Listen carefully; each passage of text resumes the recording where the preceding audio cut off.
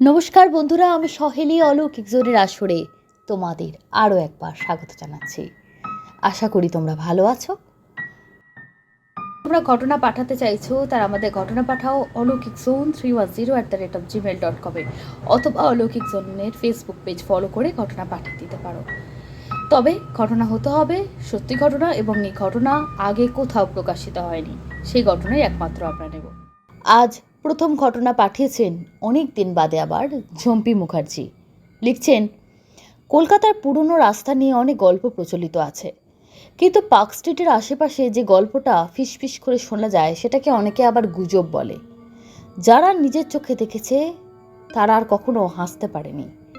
সূর্য, রাজু, পিকু সেদিন এক বন্ধুর জন্মদিনের অনুষ্ঠান থেকে ফিরছিল। রাত তখন প্রায় 12:30। ট্যাক্সি না পেয়ে হাঁটতে হাঁটতে এগোচ্ছিল। রাস্তা প্রায় ফাঁকা। হঠাৎ দূরে একটা কালো রঙের পুরনো মডেলের প্রাইভেট গাড়ি এসে থামল। গাড়িটার হেডলাইট জ্বলছিল, কিন্তু অদ্ভুত ব্যাপার, ইঞ্জিনের কোনো শব্দ শোনা যাচ্ছিল না।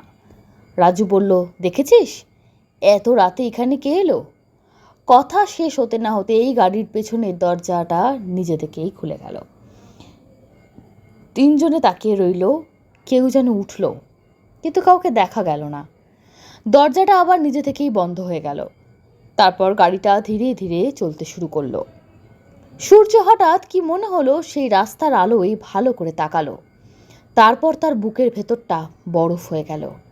ড্রাইভার আসনটা খালি, স্টিয়ারিং নিজে নিজেই ঘুরছে। গাড়িতে কোনো ড্রাইভার নেই। সেই রাত্রেই তিনজন প্রাণপণে প্রায় ছুটতে ছুটতে বাড়ি ফিরে এসেছিল। যার জন্মদিনে গেছিল তাকে একজন বন্ধুকে গল্প করেছিল, কিন্তু তারা জন্মদিনে অল্প স্বল্প ড্রিঙ্কস করেছিল বলে ওরা মাতাল বলে হেসে উড়িয়ে দিয়েছিল। কিন্তু ঘটনাটা সেখানেই শেষ হয়নি।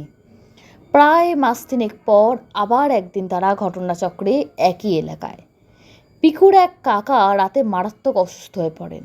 তাকে বেসরকারি হাসপাতালে ভর্তি করা হয়। ভর্তি করে দিয়ে বেরোতে বেরোতে অনেক রাত হয়ে গেছে। পিকু হাসপাতালে থেকে গেছিল ওর জামাইবাবুর সঙ্গে। সূর্য আর রাজু সেই পথ দিয়েই তারা আবার ফিরছিল। এবারও তারা গাড়ি পায়নি। রাত তখন 1টা। হঠাৎ রাজু ফিসফিস করে বলল, ওই দেখ, সামনেই আবার সেই গাড়ি। এবার গাড়িটা এসে থামলো রাস্তার ধারে। পেছনের দরজা খুলে গেল। একজন নারী নামলেন। অন্তত দূর থেকে তাকে তাই মনে হলো। হাই হিল, ছোট স্কার্ট, কাঁধ অবধি চুল। তিনি ঝুঁকে জানলার দিকে কিছু একটা বললেন। তার মুখ দেখা গেল না। তারপর দরজাটা বন্ধ হয়ে গেল। গাড়িটা চলে গেল।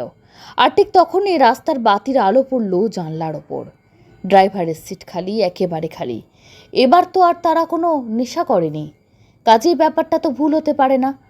খেয়াল করে দেখলো, সেদিন যে জায়গা থেকে গাড়িটাকে যেতে দেখেছিল আজ সে জায়গায় গাড়িটাকে ফিরে এসে দাঁড়াতে দেখলো।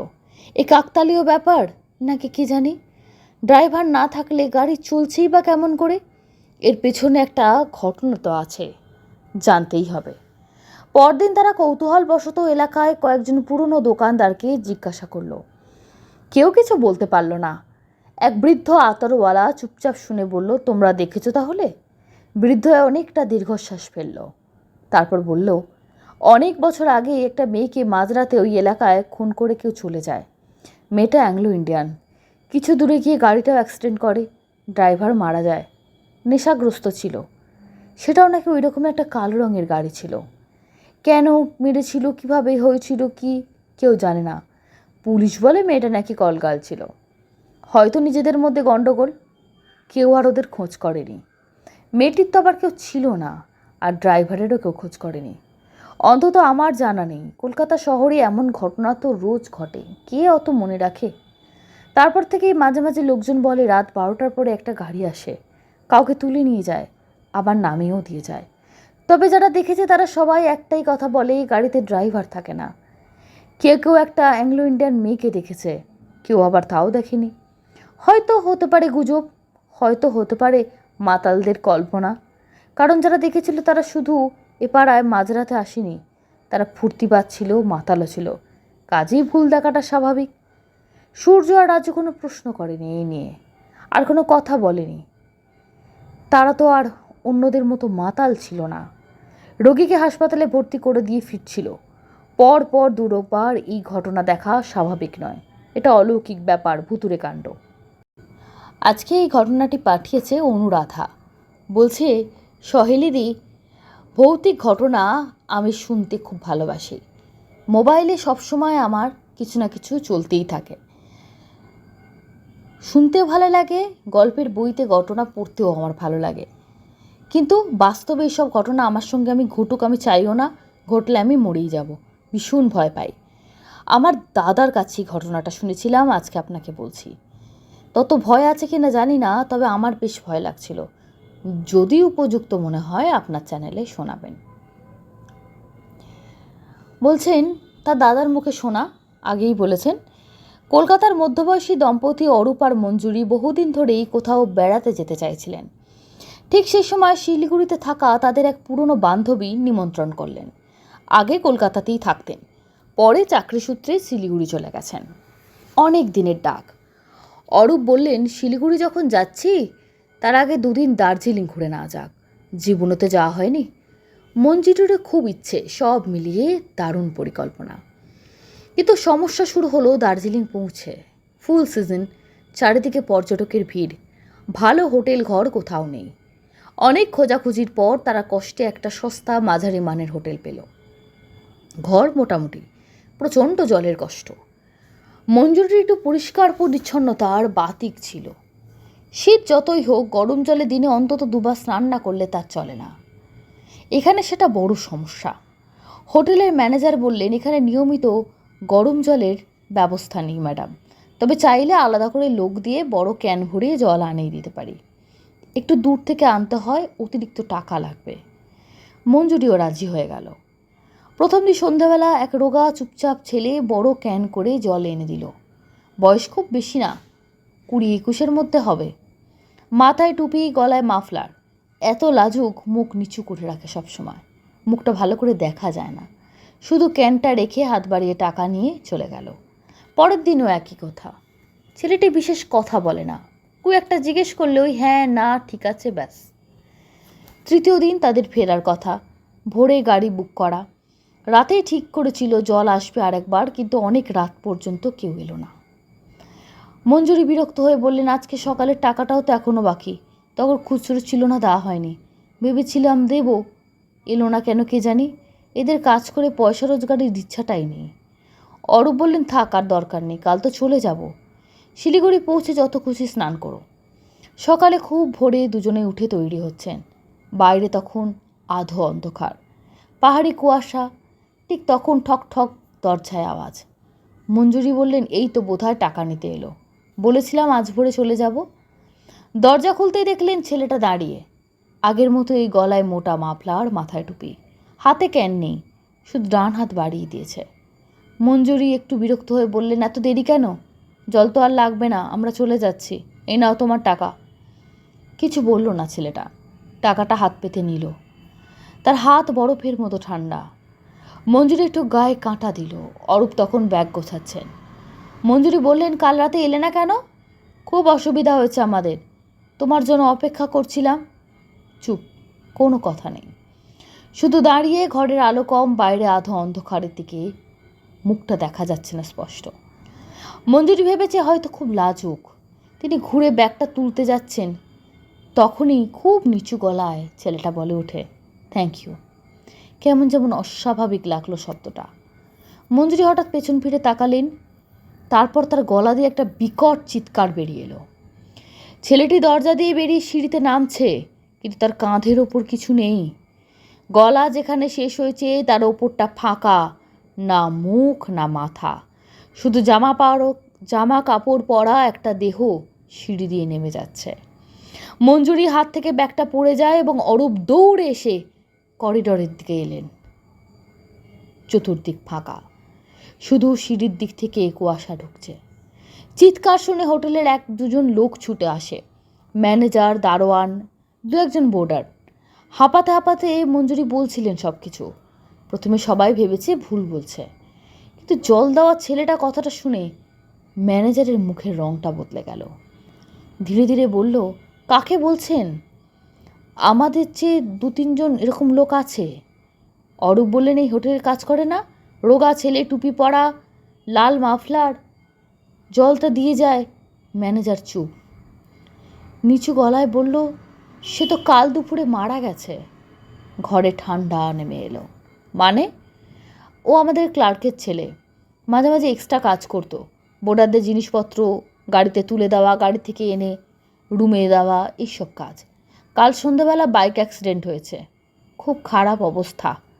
মাথাটা শেষ করতে পারলেন না। বলার দরকার ছিল না। মঞ্জুরির বুকের ভেতরটা জমে বরফ হয়ে গেল। কাঁপা গলায় বললেন, কিন্তু আমি তো একটু আগেই। তখনও তার হাত কাঁপছে, শরীর ঠক ঠক করে কাঁপছে।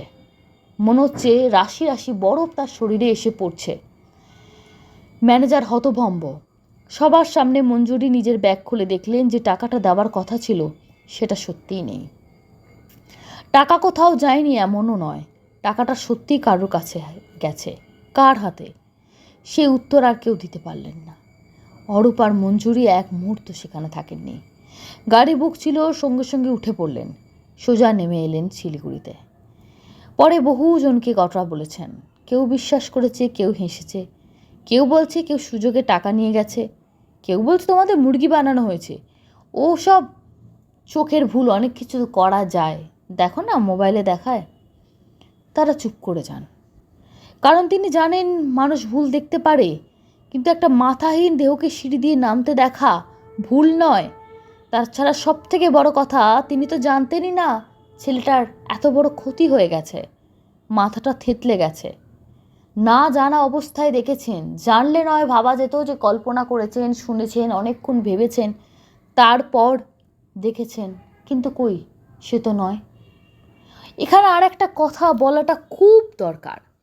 ছেলেটি যে ওনাকে জল দিয়ে যেত, সেটা কিন্তু ওদের রুম থেকে বেরিয়ে কিছুটা দূরে আর একটা বোর্ডার ওদের পরে এসেছিল, চেক ইন করেছিল। তাদের মধ্যে একজন অবাঙালি ভদ্রমহিলা কিন্তু দেখেছেন। তিনি যখন সবাইকে বোঝানোর বা বিশ্বাস করানোর চেষ্টা করছেন যে আমি ভুল দেখিনি, আমি বাজে কথা বলছি না, কেউ বিশ্বাস করছে, কেউ হেসে উড়িয়ে দিচ্ছে। ওখানেও কেউ বলছেন আগে থেকেই জানতেন, ওই জন্য ভাবনা চিন্তা করেছেন, তো এটা দেখেছেন। চট করে এগুলোতে কেউ বিশ্বাস করে না, এটা তো অত্যন্ত সত্যি কথা। সেই মহিলা যিনি ওদের পরে চেক ইন করেছিলেন, ওদের একটা গ্রুপ ছিল, কিন্তু তার মধ্যে ওই মহিলা ছেলেটিকে জলের ক্যান নিয়ে আসতে দেখেছেন। ছেলেটিকে চিনতেন। এবং এটা বলা খুব দরকার, সেদিনকে ভোরবেলা ওনার বাড়িতে ছোট বাচ্চা ছিল, তো বাচ্চাদের যা হয় বিছনা নোংরা করে ফেলেছে সেটা পরিষ্কার করছিলেন, দরজাটা খুলে রেখেছিলেন, বাইরে ডাস্টবিনে নোংরাগুলো ফেলছিলেন, তারপরে হোটেলের হাউসকিপিং স্টাফ এসে নিয়ে যাবে। তো তার জন্য তাদের দরজাটা অত ভোরবেলায় খোলা ছিল, এটা একটা কথা। তিনি কিন্তু ছেলেটাকে সিঁড়ি দিয়ে উঠে ওই রুমের দিকে যেতে দেখেছেন। এবং তিনি যখন দেখেছেন ছেলেটার মাথা আছে, স্বাভাবিক দেখেছেন ছেলেটাকে, এবং তবে হাঁটার মধ্যে একটা রোবট রোবট ভাব ছিল, যেন শরীরটা অনেক সময় কার্টুন ক্যারেক্টার যেমন আমরা দেখি না, অদ্ভুত একটু জড়তা থাকে, ওরকম দেখেছেন। ভাবছেন শীতের দেশ, ঠান্ডায় এরা কাজ করে, শরীর জমে গেছে, স্বাভাবিক। থেকে এই ঘটনা যখন কেউ বিশ্বাস করছে না, সবার চোখে মুখে এক অদ্ভুত অবিশ্বাসের ছাপ। এই মহিলার কথায় অনেকের কপাল কুঁচকে ছিল। এবং যখন তারা টাকা পয়সা মিটিয়ে নেমে যাচ্ছেন, তখন ওই ম্যানেজারের স্ত্রী বা বোন বুঝতে চায়নি, জিজ্ঞেস করেননি, তিনি বলছেন এগুলো আপনারা সবার সামনে না বললেই পারতেন, বুঝতে পারছেন তো আমাদের ব্যবসার ব্যাপার, এগুলো হয়তো এরকম তো কত শোনা যায়, এটা না বললে পারতেন। মানে যতক্ষণ তারা হেসেছেন বা ব্যাপারটা বুঝতে পারছেন বা হেসেছেন, মানে তো জোরে জোরে হাসা না, মানে তাদের আচার আচরণে প্রমাণ হচ্ছিল যে এই ভদ্রমহিলার কথা তারা বিশ্বাস করছেন না, বা ভাবছেন যে আগে থেকে জানে, কোনো কারণে খবর পেয়েছে, ওই কল্পনা করে তারপর এরকম ভেবে ওরকম কিছু দেখেছে ঘুমের চোখে, কি দেখেছে। কিন্তু পুরো বিষয়টা পরে তারাই এই কথা বলে যে এটা না বললেও পারতেন। তো মানুষের দ্বিচারিতা এই রকমই হয়। পুরীর ঘটনাটা যেটা আপনারা আগে শুনেছিলেন, সেখানেও হোটেলের সেই একই সমস্যা আমরা শুনেছিলাম, যে হোটেল কর্তৃপক্ষ কিছুতেই বলতে চায় না যে কিছু একটা ঘটে গেছে, নিজেদের মুনাফার জন্য মানুষকে বিপদে ফেলে। যদিও দার্জিলিংয়ের এই ঘটনায় কেউ বিপদে পড়েননি এবং সেটা সদ্য হয়ে যাওয়া একটা ঘটনা, কিন্তু এই যে চেপে যাওয়া, হয়তো বলবেন তাদের ব্যবসায়িক স্বার্থে, কিন্তু কোনো কোনো সময় তো মানুষের জীবনে আরও অনেক বিপদ নেমে আসতে পারে না, তো বলে দেওয়াটা দরকার। আজকের শেষ ঘটনা পাঠিয়েছেন অমৃতা দেবনাথ। অমৃতা বলছেন, সহেলি, এই ঘটনাটা আমার মায়ের সঙ্গে ঘটে গেছে, জানি না তোমাদের কেমন লাগবে, তবে আমার জীবনে শোনা, আমি প্রচুর ঘটনা শুনি, তোমার চ্যানেল ফলো করি, এছাড়া আরও অনেক চ্যানেল ফলো করি, অনেক ভৌতিক ঘটনা আমি শুনেছি, কিন্তু এই যে ঘটনাটা আমার মা যেটা বলেছে, এই ধরনের ঘটনা আমি শুনিনি। এবং স্বাভাবিকভাবে অনেক কিছু উত্তর পাওয়া যায় না যে এটা কি করে সম্ভব।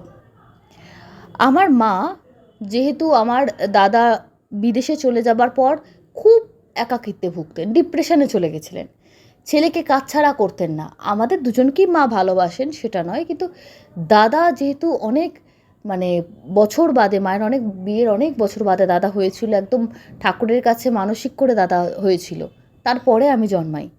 তো দাদা মায়ের প্রাণ ছিল, বাবাও প্রচণ্ড ভালোবাসেন। দাদা খুব শান্তশিষ্ট ছেলে, সারাদিন মানে বাড়িতে থাকতো, মায়ের কথা শুনে একদম বাধ্য ছেলে যেমন হয়, তার জন্য মায়ের টানটা আরও বেশি। ছেলে বলি যে বাইরে বাইরে ঘুরে বেরিয়েছে তা না, তো সারা জীবন বাড়ির কাছে স্কুলে গেছে, কলেজে যখন গেছে, মানে কখনো কোনো হোস্টেলে থাকেনি, কলেজ করেছে, বাড়ি চলে এসছে। তো সেই একটা ছেলে যখন চাকরি সূত্রে বাইরে চলে গেল বিদেশে, প্রথম প্রথম মা প্রচণ্ড কষ্ট পেয়েছিলেন। সবার তো মানসিকতা বা মনের জোর এক নয়। মা খুব কান্নাকাটি করতেন, মানে ভাবতেন বাবু বাইরে কি করবে, আমরা তো ভাবে তৈরি করিনি, ও পারবে তো মানিয়ে নিতে, আচ্ছা কোনো সমস্যা, এরকম হতো। তো সেই সময় ডাক্তারবাবু মাকে বলেছিলেন, আপনার যেগুলো ভাল লাগে, সন্তানকে তো বড় করলেন, এবার তাকে তার মতন জীবনটা গুছোতে দিন, আপনি আপনার জীবনে কি কি ভালো লাগতো সেগুলো নিয়ে চর্চা করুন। তো মা কি করবে, মা নিজেই খুঁজে পাচ্ছে না যে আমি এতদিন বাদে করবোটা কি। তখন বাবা বললেন, তুমি তো সেই বিয়ের সময় আমাদের গান শুনিয়েছিলে, তারপর তো গান বাজনা ছেলে মেয়ে হওয়ার পর সব বন্ধ, তুই গানটা শুরু করো। তো প্রথমে না গড়রাজি হতে হতে মা বললেন, সবাই বললেন যে মন ভালো থাকার জন্য, তো গান শুরু করলেন। অনেক জায়গা, অনেক স্কুল থেকে দেখবেন বয়স্ক মানুষেরাও যায় কোনো পুরস্কার পাওয়ার জন্য বা কিছু নিজেদের ভালো লাগার জন্য গান শেখেন। তো একজন শিক্ষিকা, উনি নাম বলতে চাইছেন না, চাননি যে নামটা বলবেন না, কারণ তার বাড়ির লোকেরা কীভাবে নেবে না নেবে, তো তার কাছে মা বললেন, আমি শুধু শ্যামা সঙ্গীত, ভক্তিগীতি এইগুলোই শিখবো, মনটা ভালো থাকবে ঠাকুরের গান গাইলে। বাবা নিজে আবার নতুন করে হারমোনিয়াম কিনে দিলেন। মা একটু শিখতে যেতেন, বলতেন একটু হাঁটাও হবে, রাস্তাঘাটের লোক দেখলে মনটাও পাল্টাবে, বাড়িতে তো মন বসে না, আর বাড়িতে সে গান চর্চা করবেন। আমি তখন আমার কলেজ নিয়ে ব্যস্ত, মাকে বেশি সময় দিতে পারবো না, বাবাও বলেছিলেন মেয়েকে বেশি বিরক্ত করো না। তো মায়ের গানের ক্লাস প্রায় বছর দুয়েক মা যাতায়াত করতেন, এবং ছোটোখাটো টুকটাক ওদের যে ফাংশন ছিল সেখানেও মা গান গেয়েছেন। কখনো কখনো মা গান রেকর্ড করতেন, করে বলতেন ফেসবুকে ছেড়ে দিত, দেখ আমি গান গেয়েছি, এরকম। তো এই সমস্ত চলার পর সপ্তাহে একদিন করে যেতেন। তারপরে ওনার যে শিক্ষিকা, ওনার অনেক ধরে শরীর খারাপ হচ্ছিল, প্রায় জ্বর আসতো, প্রায় পেটের গণ্ডগোল, কিছু না কিছু, শরীরে পা ফুলছে, তো সুগারের সমস্যা ছিল। উনি বলতেন আমার মনে হয় সুগারটা বেড়েছে। তো দু একদিন মা গান শিখতে গিয়ে মা ফিরেও এসছেন যে শরীর খারাপ, উঠতে পারছে না। তারপরে মা একদিন ফোন করলেন, শিক্ষিকা কিন্তু ওনার থেকে বয়সে ছোট, এটা একটা বিষয়, যে তুমি সন্তানের মতো, তবু বললেন যে তুমি কেমন আছো, তোমার শরীর কেমন। তখন উনি বললেন যে আমার খুব খারাপ অসুখ ধরা পড়েছে, এই তো হাসপাতালে ছিলাম, আজকে ছাড়া পেয়েছি। বলে হাসপাতালে গেলে এত কাণ্ড, আমাদের তো জানতে পারলাম না। বললো না, আমার কিডনির সমস্যা ধরা পড়েছে, বলে খুব কান্নাকাটি করছেন। তারপর অনেকটা দিন কেটে যায়, প্রচুর ওনার ট্রিটমেন্ট চলে, কিডনির অসুখের কী ট্রিটমেন্ট আপনারা জানেন, খুব কষ্টকর সে অসুখ।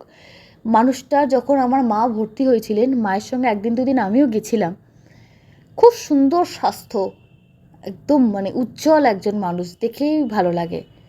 এবং অসুখ জানার পর আমার সেমিস্টার চলছিল, অনেক দিন যাবো করে যাওয়া হয়, তখন গেলাম মায়ের সঙ্গে একদিন ওনাকে দেখতে। হসপিটাল থেকে বাড়িতে ছাড়া পেয়েছেন, বাড়িতে শুয়ে আছেন, শরীরটা মনে হয় বিছানার সঙ্গে মিশে গেছে। মানে আগে দেখেছি বলে চিনতে পারলাম, নাহলে না হঠাৎ করে দেখে চেনা যাবে না, এত খারাপ চেহারা হয়ে গেছে। আর কি প্রচণ্ড যন্ত্রণা এই ডায়ালিসিস চলার, সেটা বলছিলেন। মা বললেন আর বলো না, মাও ঝরঝর করে কাঁদছেন, উনিও কাঁদছেন। দুঃখের বিষয় 3 মাসের মাথায়, মানে ডায়ালিসিস শুরু হওয়ার 3 মাসের মাথায় উনি চলে যান। এবার যেদিনকে উনি মারা গেলেন, স্বাভাবিক একজন একজন মারা গেছেন, তার পরিবারের লোকেরা তো সবাইকে ফোন করে জানাবে না, সেটাই তো স্বাভাবিক। তো আমাদের বাড়ি যেহেতু ওনার বাড়ি থেকে অনেকটা দূরে ছিল, মানে অটোয় যাতায়াত করতাম, চট করে খবর এসে পৌঁছয়নি। আর মা যখন শিখতেন, মায়ের সঙ্গে কোনো গ্রুপে শিখতেন না, মা যেদিন যেতেন একা শিখতেন। তাই ওনার গান স্কুলের আর কারোর সঙ্গে মায়ের সেভাবে আলাপ হয়নি, ছিল 2-1জন মুখ চেনা হয়েছিল, কিন্তু ফোন নাম্বার দেওয়া নেওয়ার যে আলাপটা সেটা হয়নি। তো মায়ের কাছে শুধু ওনার আর ওনার বাড়ির নাম্বারই ছিল। তো মায়ের মনটা কদিন ধরে গাইছে যে সব কিছু ঠিক হোক। মা ওনার জন্য পুজোও দিতেন যে ভালো হয়ে যাক। ওনার আবার একটা মেয়ে আছে, মেয়েটা বড় হচ্ছে, যেন মাকে সুস্থ দেখতে পারে, এরকম আর কি। তো একদিন ভোরবেলায় মা ঘুমিয়ে আছে, মায়ের পাশে আমি শুতাম। দাদা বিদেশ চলে যাওয়ার পর দাদার ঘরে বাবা একা শুতো। মা আর আমি নিজে দুজনে মানে জিনিস শুনেছি, উপলব্ধি করেছি যে বাইরে সেদিন ভোরবেলায় প্রচণ্ড বৃষ্টি পড়ছে, মারাত্মক বৃষ্টি পড়ছে, মানে তখনও অন্ধকার কাটেনি, ভোরের আলো ফোটেনি। মা বলছেন বারান্দা থেকে মনে হচ্ছে যেন কেউ মানে মোবাইলে গান চালিয়েছে বা কোনো রেকর্ড প্লে করছে। দুজনেই মা মেয়ে শুয়ে আছেন বিছানায়, ওদের ঘরের দরজা বন্ধ, জানলা বন্ধ, বাইরে থেকে বৃষ্টি পড়ছে, আওয়াজ আসছে। ওদের বাড়ির বাইরেই যে বারান্দাটা, সে বারান্দা থেকে হালকা একদম মানে স্বরে শ্যামা সঙ্গীত ভেসে আসছে, এবং ওটা ওনার শিক্ষিকা যার কাছে গান শিখতেন তার গলায়। করে পুরো গানটা ওরা বিছানায় শুনেছে। আর এবং দুজনে পুরো ফ্রিজ। এই গানটা যখন বাইরে শুনছে মানে ব্যালকনিতে, তখন ওরা বুঝে গেছে কিছু একটা বিপদ হয়ে গেছে। এই ফিলিংসটা বলছে এটা বলে বোঝাবার মতন না, কারণ যে মানুষটি আমাদের বাড়িতে কোনোদিন আসেনি, যিনি প্রচণ্ড অসুস্থ, যাকে স্ট্রেচারে করে হসপিটাল থেকে আনতে হচ্ছে, আবার স্ট্রেচারে করে নিয়ে যেতে হচ্ছে, বিছানাতেই শুয়ে আছেন ক্যাথিটার লাগানো, সে মানুষ তো আমাদের বাড়িতে এই বৃষ্টির মধ্যে ভোরবেলা এসে গান শোনাবেন না। আপনারা তো, আমরা মা মেয়ে তো নেশাগ্রস্ত নই। প্রথমে তো প্রচণ্ড ঘুমের মধ্যে ভাবছিলাম ভুল শুনছি, তারপর যখন মা আমার দিকে তাকালো, পাশ ফিরে আমিও তাকালাম, দুজনে পুরো ফ্রিজ, আমাদের মুখ দিয়ে কোনো শব্দ বেরোচ্ছে না, হালকা স্বরে পুরো শ্যামা সঙ্গীত।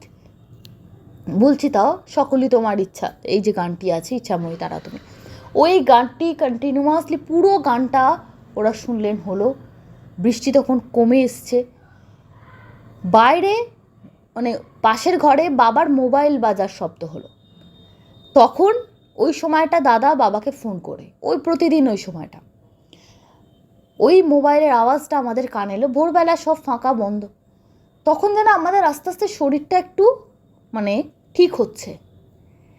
আমার মায়ের ওই ঘটনার পর যে কী হারে প্রেশার বেড়েছিল, কি অসুস্থ মা হয়ে গেছিল, বলার মানে ভাষা নেই।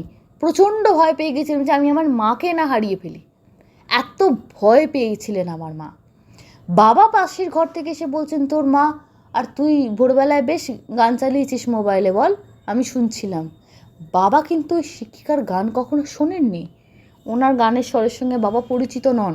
বাবা ভেবেছেন আমরা মোবাইলে মানে খুব আলতো সাউন্ডে গান চালিয়েছি, যাতে বাবার ঘুমের ডিস্টার্বও না হয়, আমরা শুনতে পারি। আমি আর মা মানে কেঁদে ফেলেছি। মা বাবাকে বলছি, বাবা যে ঘরের মধ্যে ঢুকে এসছেন, আমি বলেছি বাবা ওই বাইরে কেউ বসে নেই? বাবা যে এইখানে কি মানে কুকুর বেড়ালে বসবে না, এত বৃষ্টি হচ্ছে কেন, কি হয়েছে, কি হয়েছে? তারপরে সমস্তটা বাবাকে বললাম। বাবাকে যখন বললাম তখন আমি কাঁপছি, আমার গলা দিয়ে কথাগুলো হয়ে যাচ্ছে। বাবা আমাদের অবস্থা দেখে ভাবলেন যে আমিও তো শুনেছি, আমি ভাবলাম তোরা মোবাইলে চালিয়েছিস, আমি তো ওনার গান শুনিনি। তখন বাবা বললেন একটা ফোন কর, মনের ভুল তিনজনের কি করে হয়। আর আমার বাবা হচ্ছে গোড়া নাস্তিক, মানে একদম কিচ্ছু মানেন না। সেই বাবা বিশ্বাস অবিশ্বাস কিছু বলেনি, বাবা চুপ করে গেছেন। কেন, অতি অবিশ্বাসী মানুষ যখন এই ধরনের ঘটনার সামনে আসেন, তাদের মুখে এর কোনো ভাষা থাকে না যে বলবোটা কি। নিজেই তো যুক্তি খুঁজে পাচ্ছেন না যে একটা কিছু সাজিয়ে গুছিয়ে বলবেন উনি। আজকে সেদিন ওনার মুখে কোনো যুক্তি ছিল না। যে তারপর যখন ফোন করা হলো, জানা গেল যে আগের দিন রাত্রে 12:30 একটা নাগাদ উনি অ্যাপেলোতেই মারা গেছেন, অ্যাপেলোয় ভর্তি ছিলেন। উনি নামটা লিখেছেন আর আমাকে বলতে বারণ করেনি, নাহলে আমি বেসরকারি হাসপাতাল বলতাম, কিন্তু নামটা বলতে বলেছেন, আমি বলে দিলাম। মারা গেছেন, বাড়িতে প্রচুর আত্মীয় স্বজন সারা রাত বাড়িতে আছে, সমস্ত ফর্ম্যালিটিস চলছে এইসব। বাবা শুনে বাবা আর পুরো কথা বাড়ালেন না, বাবা রেখে দিলেন। মা অসুস্থ, মাকে আমি কি করে ফেলে যাই। আমার ছোট মাসিকে ডাকা হলো, ছোট মাসি একটু মায়ের কাছে থাকলো, মায়ের শরীর পুরো ছেড়ে দিয়েছে। 7:30 8টা বাজতে বাবা ডাক্তারকে কল করলেন, ডাক্তার এসে দেখে গেলেন। ডাক্তারও শুনে মানে অবাক, হাসছেন, কী বলবো বলুন, এরম বলছেন, যাকে আপনি শরীরের যত্ন নিন। তো মাকে মাসির কাছে রেখে, মানে আমার নিজের ছোট মাসির কাছে রেখে মাকে আমি আর বাবা ওনার বাড়িতে, ওনার মানে দেহটা এসেছে দেখতে গেলাম, যেহেতু মা যেতে পারবেন না। মানে আমি যেমন দেখে এসেছিলাম, একদম বিছানার সঙ্গে মিশে গেছেন। মৃত্যুর পর জানি না কি অপূর্ব সুন্দর লাগছে, শরীরটা ফুলে গেছে বলে কি অত চকচক করছে কি জানি বুঝতে পারলাম না। বৃষ্টিতে পুরো রাস্তাঘাট ধুয়ে গেছে, গাছের পাতা থেকে টুপটাপ জল পড়ছে, গাছগুলো আরও বেশি সবুজ দেখাচ্ছে। আর সেখানে ওনার উঠোনে ওনার দেহ শায়িত আছে। শুধু ওনার শরীরের দিকে তাকিয়ে আছি, অত লোকজন অত কথা বলছে, আমার ভোরবেলার কথা মনে পড়ছে। যে গান, অত সুন্দর গান, গানে সেই গানের শব্দ আজও কানে বাজে, এখনও মনে হয় ভোরবেলা হলে। কিন্তু আর কোনোদিন সেরকম কিছু হয়নি। তো অদ্ভুত বিষয় এটাই লাগেছে, বা আমার মায়েরা, আমার সহেলি, মৃত মানুষ সে আমার সঙ্গীত কী করে গাইতে পারেন। এ তো ঠাকুরের গান, ঈশ্বর আর ভৌতিক ব্যাপারটা তো পুরো অপোজিট, মানে আমরা তো সেটাই জানি। কিন্তু সব আত্মা যে শুদ্ধ আত্মা হলে যে ঈশ্বরের কোনো বাধা থাকে না, সেটাও হয়তো এই ঘটনার একটা প্রমাণ। আমার খুব ভালো লেগেছে তোমার ঘটনাটা। তুমি বলেছিলে অনেক দিন ধরে যে আমি একটা ঘটনা পাঠাবো কি। আমিও তোমাকে বলছি, কোথাও যদি আগে না পাঠিয়ে থাকো আমাদেরকে পাঠিয়ে দাও। কিন্তু মানে উনি মারা গেছেন এত অল্প বয়সে, আমি সেটাকে ভালো বলছি না, অত্যন্ত দুঃখের ঘটনা। কিন্তু এই যে একটা অন্যরকম একটা বিষয় জানা গেল যে ভৌতিক ঘটনা বা আত্মা মানেই সে ঈশ্বরের বিরোধী বা ঈশ্বরের কাছ থেকে পালাবে তা না। যারা শুদ্ধ আত্মা হন, সারা জীবন উনি ভক্তিগীতি গেয়েছেন, শ্যামাসঙ্গীত গিয়েছেন, ছাত্রছাত্রীদের শিখিয়েছেন এবং রবীন্দ্রসঙ্গীতও নাকি শেখাতেন। তো খুব ভালো একজন ব্যক্তি ছিলেন, তাই ঈশ্বরের নাম করছেন শেষ সময়। অদ্ভুত ঘটনা। তোমরা অবশ্যই বন্ধুরা যারা শুনছো, আমি বলবো তোমরা একটু কমেন্টে জানিও এরকম ঘটনা তোমরা এর আগে শুনেছো কিনা। অনেক ঘটনায় তোমরা লেখো যে এরকম ঘটনা তো আগেও শুনেছি। আজকের এই ঘটনাটা একবার আমাকে বলে যেও, তোমরা কি শুনেছো এইরকম একটা বিষয়। যে যদি শুনে থাকো আমাকে জানিও, না হলেও জানিও। কিন্তু আজকে এখানে শেষ করছি, ফিরে আসবো আগামী পর্বে। ধন্যবাদ, শুভরাত্রি।